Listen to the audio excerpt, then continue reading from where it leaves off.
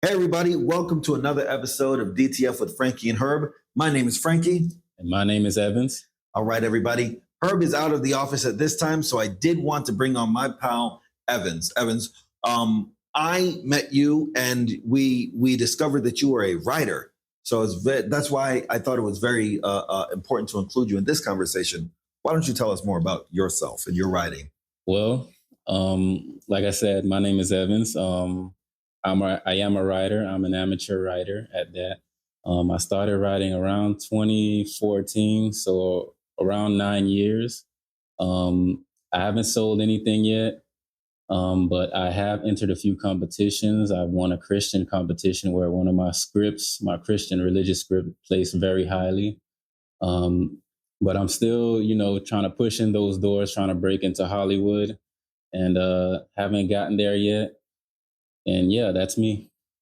I like that, man, because like you said, it's been 9 years and you still call yourself amateur, right? But I think after 9 years, you can give yourself a little, give yourself some credit, right? You're writing, right? You have multiple scripts already, like under your belt and everything, even though they didn't go anywhere, just because you haven't been paid yet, don't keep calling yourself amateur. That's what I'm gonna say about that.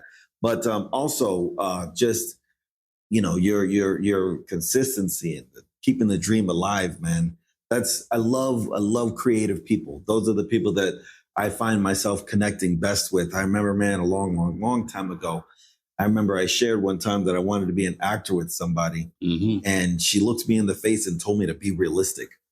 Wow. Bro, I'm like, where do you think actors come from? Like, yes, a lot of them are born into the industry, but there are some who work their way in, and to just tell me to automatically shut my dream down, that's just wild to me, man. I can't stand people like that. You always get people, like if you say you're a writer or if you're in any creative industry, you're going to have your parents that say, oh, that's not a real job. And, and that's reflected in all types of, everywhere in society. Creative fields are, judged at a lower par than every other industry. And I think that's because any creative endeavor is kind of a lottery ticket. It's only real when you reach a certain celebrity. Literally, the only creative people you meet are all stars. So people have this warped sense of what creative people do. You know what I mean? I absolutely know what you mean, man. And I'm glad you said that because I have like a solution in my head, but we'll talk about that later. All right, cool. What we wanted to talk about today was some of the trending things that are going on in Hollywood. And right now, everything is about the writer's strike that's going on right now. Have you been paying attention? Yeah, I've been paying attention to it. Have you? Oh my goodness, man. Yes. Right. So according to the Writers Guild, right, this strike officially started May 2nd because there was supposed to be a deadline for a renewal of a contract, right? And May 1st was the deadline for that. So when it didn't happen on May 1st, May 2nd, 97% of the Writers Guild did not go to work. Right. And this is happening in New York and Hollywood. Right. These are the main places where filming takes place. These are the main places where movies and shows are made. Right. Atlanta is still a blooming area for the movie industry. But at this time, there's only like one prominent studio in Atlanta, which is Tyler Perry's studio. That's probably why there's not much talk about Atlanta during this strike that's going on. So officially started May 2nd, 2023, happening in New York and California. So basically, the Writers Guild of America is having a labor battle with the Alliance of Motion Pictures and Television Productions, right? And there's a couple of things that are going on with this strike, and I think it's a valid one, right? What do you think so far? Yeah, I certainly think it's valid because the writers, their main points is that they're not getting paid for TV shows and movies that have been out and about. And, these studios are collecting these checks and writers are getting literally pennies. So, and another point is also the AI thing, I believe, because AI with the chat GPT stuff is coming along pretty strongly. And, it's kind of crazy. I've been using chat GPT and it's pretty like a magnificent tool. Have you been using it? I've used it a few times, yes. And it is like the things that it's able to do is it's borderline scary, bro. Right. I've been using chat GPT to write some poetry just to see if it was up to par with my level of standard of what I consider good poetry. Mm-hmm. And it blew me away, so I wanted to see if it, can emulate human feelings. I'm not sure if by making it write poetry, that was the best way to go, but it's certainly getting up there in its strength. So I believe the writer strike is very legitimate. It's scary that what's happening with these new technologies and we're at a frontier right now. Yeah, man. So I feel like that the movie studios are just trying, like they're not trying to save money, right? They're just trying to. I don't know how I can like inflect the words in my sentence differently to make it seem like Hollywood studios right now are looking at an opportunity to get rid of a lot of people, because in business, if you deal with people, you have to deal with emotions, managing personalities. And for someone who is poor at managing personalities, I can understand why they want to get rid of so many people. Hollywood executives act like they don't care all the time. And this is one of the biggest shows of them showing that they just don't care. Right. So you're mentioning the pay situation, and a contract took place in May of 2020 called the Minimum Basic Agreement, basically minimum wage for Hollywood, or at least the writers in Hollywood, right? But in May 2020, we were 2 months into the pandemic, and I think it was that summer where a DJ from Miami couldn't get enough work, so he started hosting parties online, and that became the streaming boom. The streaming media boom happened like early on during the COVID pandemic. And the agreement that they came up with in May of 2020 only included broadcast television productions. So now that streaming media is becoming a mainstream thing that wasn't included in the contract that they had already agreed with, Hollywood writers are finding ways to undercut payments for people who work on shows distributed and released through streaming media apps, Disney Plus, Apple Plus, and Peacock and Paramount Plus and all that. So any original content that's happening on those shows, the writers are getting paid like drastically less than people who write for CBS or NBC. Absolutely. We got to understand that every CEO, every executive in Hollywood, they're first businessmen. They're first about the money. Whatever makes green makes sense. Oh my gosh. So what you said with the contract is absolutely correct, because now that we have this new technology of streaming, it disrupted so much of everything. So now everybody has to run around and start making new contracts, and the people who haven't made those new contracts, they're getting left behind. And that is one of the main reasons why this writer strike has occurred, just because people are getting left behind with these faulty contracts just because of this disruptive technology. Oh my goodness. I was very, very upset with when Netflix and Hulu started making original content. I really think they should have stuck with, borrowing IP from the major studios, because if they did that, we wouldn't be in this situation now. Because Netflix and Hulu trying to compete with regular television, first of all, they're two different things, because Netflix and Hulu release things all at once with that binge style where you're able to watch 9, 10, 11 episodes back to back. Network television doesn't do that, that's one thing that gets me upset also, is when Netflix and Hulu originals are submitted to the Emmys, because it's not TV, it's streaming media. It's not television. You watch it on a TV, but it is not television. They need to come up with a new award show for specifically streaming media originals. I was thinking about that, but I don't. I'm kind of on the fence because although it's not TV, it is formatted like a series. It's not like as if it's not 30 minutes or an hour. They have the same structure. The storytelling is very similar. So even though you get to binge watch it and it's not something that's on traditional programming where you can't skip over, I'm still on the fence because in general, it is formatted story wise as a television series. So I'm not sure if it should be, or should be or should not be on any award show. I don't know, man. But I was just saying, I hate when they started doing that because now, you have local television, cable, and then when they get these streaming platforms, now they're all $6.99 to 11 or $13.99, and if you want to be a part of everything that's going on, you're back to paying the price of cable. So I don't know. It created way too much competition. It was unnecessary. But about the writers who are getting paid less for streaming than network television, right? They studied an example that made it very clear. The Late Show with Stephen Colbert, right? That plays on CBS, and of course they have writers for that. You also have the show called The Problem with Jon Stewart.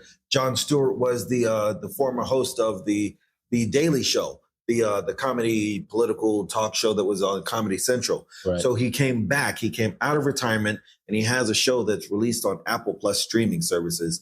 The writers for The Problem that is released on Apple Plus gets paid way less than the people who write for CBS.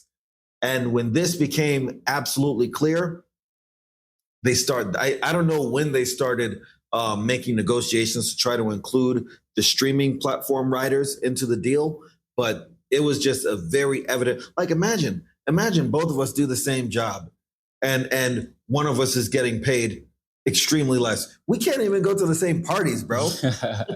Definitely. I'd be all like, hey, you want to come out here? Yeah, but I'm gonna be in the VIP and I'll step out occasionally to talk to you. Yeah, I didn't hear about that with the Jon Stewart, the problem with Jon Stewart. Yeah, Jon Stewart. It's interesting because, streaming is actually bigger than traditional TV at the present moment. So for you to tell me that they're actually still getting paid less is very interesting. It's like you said, these CEOs are only concerned about money. If it's green, if it makes green, it makes sense, right? Right. And let's say so. What they saw was an opportunity because the contract we talked about at the beginning, the minimum basic agreement, it didn't include streaming platforms. So now they see an opportunity to make as much money as they can while undercutting people. You have to think of it like what happened on The Big Short, where only 4 people knew about the coming housing crisis and were able to make billions. With this new age of streaming, most writers who are generally not in those board meetings are like the American citizen during any crisis, clueless and totally oblivious to what's happening upstairs. Exactly, man. So, look at that. Here we go. So what I want to talk about next was basically a timeline of what's going on in the strike. So there were actually rumblings of starting a rumor back in April of this year, April 18th of 2023. The Writers Guild of America held a meeting where 97% of them voted to strike if the new terms weren't made to renew that contract I talked about at the beginning of this conversation, the minimum basic agreement. If new terms weren't reached by May 1st, 97% agreed to go on strike. During this strike, the WGA instructed writers facing financial hardship due to the strike to apply for the Entertainment Community Fund, right? And the Entertainment Community Fund is basically a pool of money that's supposed to support the people in the writing portion of this, right? I don't think it's just the writing portion, but because the writers' strike is what's actively happening right now, they're mostly affected. So, yeah. So I think they're just focused on writers right now. It's basically a pool of money that supports them, I'm sure temporarily.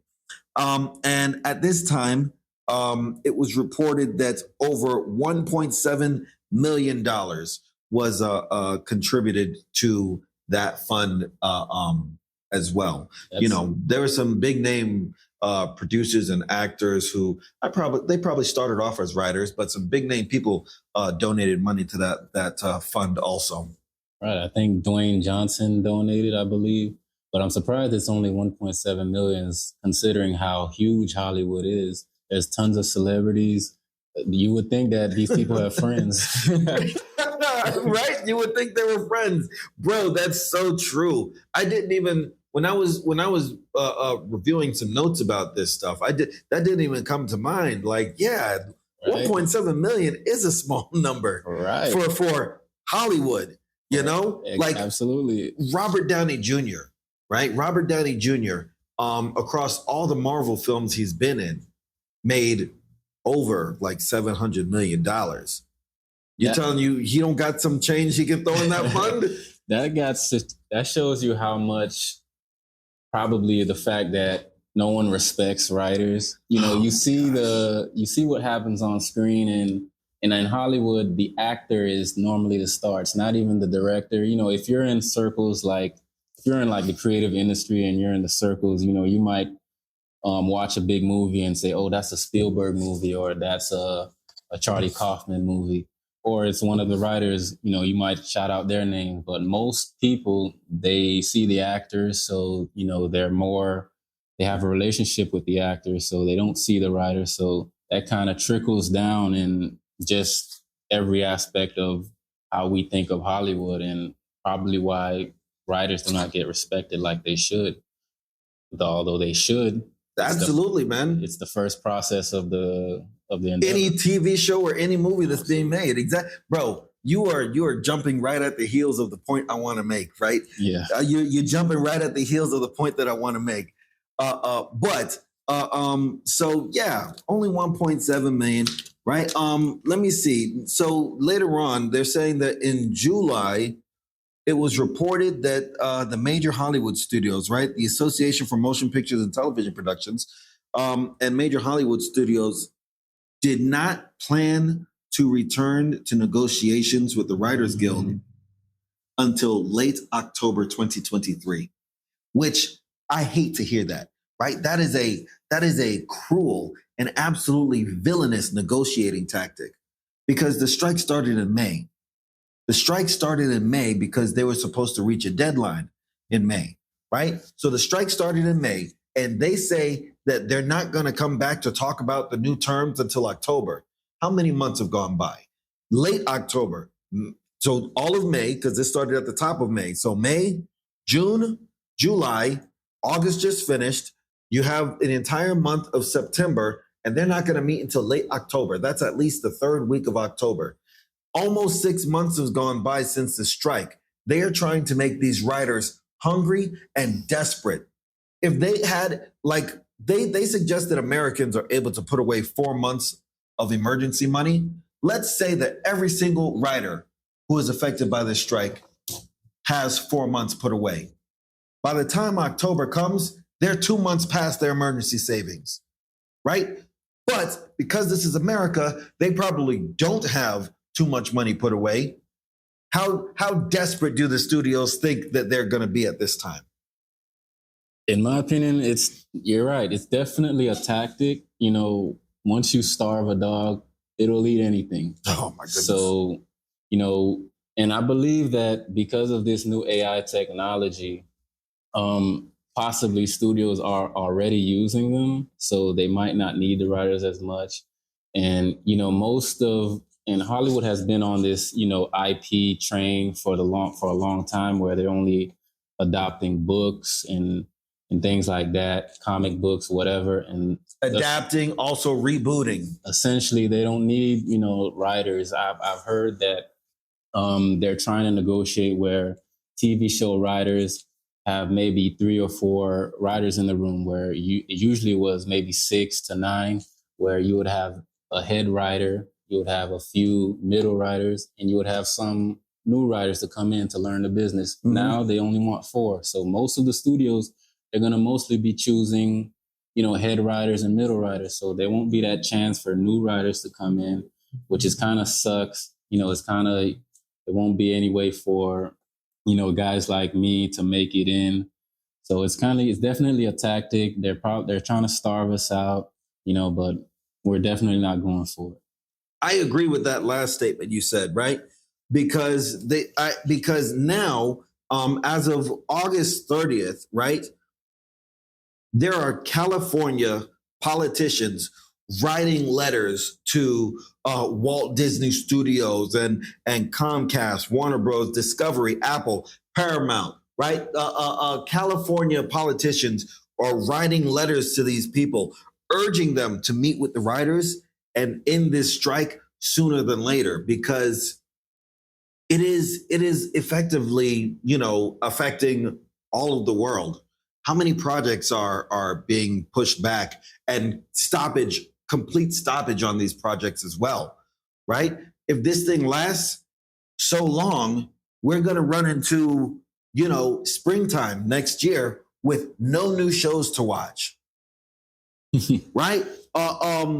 Deadpool 3 is supposed to come out March of next year, and they stopped production on that as well. Man, I don't know if the script is already written or if they need writers. Maybe they're just doing it in solidarity. But especially if it's solidarity, what is to stop anybody else from supporting the writers and just stopping production of everything, right? We're going to get into spring with nothing to watch, bro.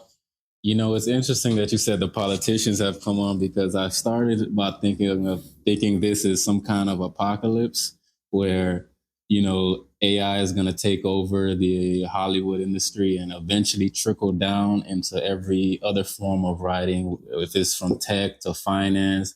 And then you won't have any humans doing any writing.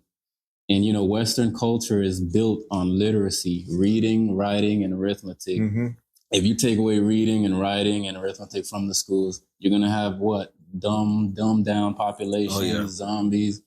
So, I'm not sure if it's an apocalypse or if it's about politicians trying to control the people or the masses.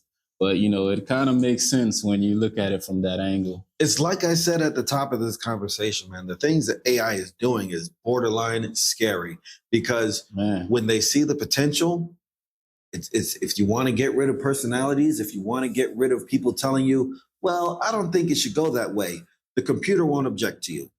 Absolutely. And the computers are all about facts and figures. They can't read human emotions. So people are going to trust them when it comes to facts, figures, and those kind of technical things. But, it can't replicate human emotion. That's where I think, the writers like me and everybody else has a fighting chance.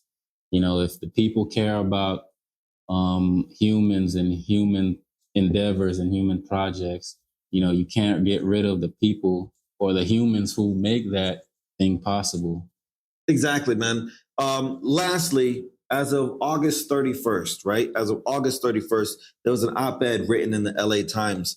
And there was a quote in there that says, the writers and actors have already won the battle of solidarity and righteousness. The question is now, how long before studios get over themselves and make a deal? It's like you said a few moments ago. Writing is the first step of anything that happens. If someone didn't write down a movie idea, studios wouldn't exist. Mm-hmm. If someone didn't write down a television show, production stations and TV channels wouldn't exist.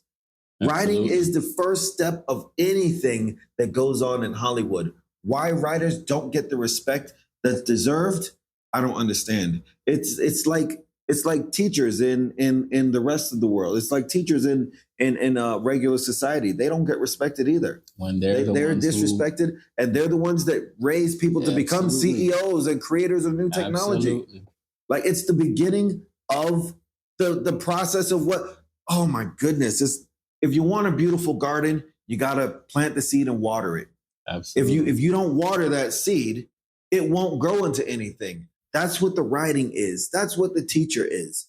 And without nurturing the soil and the roots of what you're trying to blossom, it'll never grow. Which brings me to my final point about this writer's strike. All right. If you want to even the playing field, if you want to even the level of respect everyone has, what we have to do is abandon the celebrity. It's like you said, when people watch a movie, they get a relationship with the main actors, right? But if you just treat acting like a regular old job, stop investing marketing into this one person. Stop investing marketing into hiring this one person. Stop investing all those, how much money towards a movie. The Rock, he doesn't do a role for less than $100 million. Right. And then whatever movie he's in also needs a giant marketing budget. Right. Bro. So now you've spent $200 million just on one guy and commercials, right? Now, if the movie doesn't make $200 million, it's a flop. But that's just a basic number right there, because they put way much more money into these films. I'm not sure you can really truly abandon celebrity, because there's got to be stars in the sky, if you know what I mean. Hollywood was literally built on faces. And that's pretty much the human factor. We talk about AI and all that stuff. America is a very visually oriented nation. I think it more has to do with the marketing industrial complex, where faces are seen, so they are most heard, which is, sad, but it's how it is. And, in the TV writers space, the writers are respected because a star can die next season, and it takes more effort to make a show last season upon season and still be good. I think the solution is that because the general population cannot see the efforts of the writer, there has to be a greater championing of the writer within Hollywood circles, because Joe Schmo doesn't care about who wrote the movie, who directed it, or who's the cinematographer. So if the people don't care, why should executives? Man, that's oh my goodness. What that makes me think of is a greater championing of the writers. Who's it going to come from? Right? You already said the people don't care. Who's going to champion it? It has to be, well, if that were the solution, it would have to be the celebrity. But we already saw that, that 1.7 million fund is not happening. So oh my goodness. It definitely has to be, the friends, celebrities, the cinematographer. Mostly it has to be the actors, because they're the one who are getting seen by the general population. That's true. Who are able to bring in the dough, as we say. Well, man, I want to thank you for joining me to talk about this, man, because it's something that I absolutely knew would be important to you, because you're a writer. So the writer's strike going on and everything, I knew that you'd have something to talk about it with. And yeah, man, thank you so much for joining me for this conversation. Man, thank you for having me on. I love the show, and I can't wait to see what happens with you guys next. Thank you so much, man. Thank you for the support, man. I appreciate that. All right. Guys, what I want to tell you all, be sure to follow us on all of our social media. You go to that link in our Instagram bio. You'll see that's our link tree. That'll be all the places where we're available to be listened to. You can follow us on IG, Twitter, and YouTube, and Threads, right? Follow us there. And then you'll also have all the places we could be listened to also. All right, guys, my name is Frankie. Herb is out of the office, and we'll talk to you guys again soon.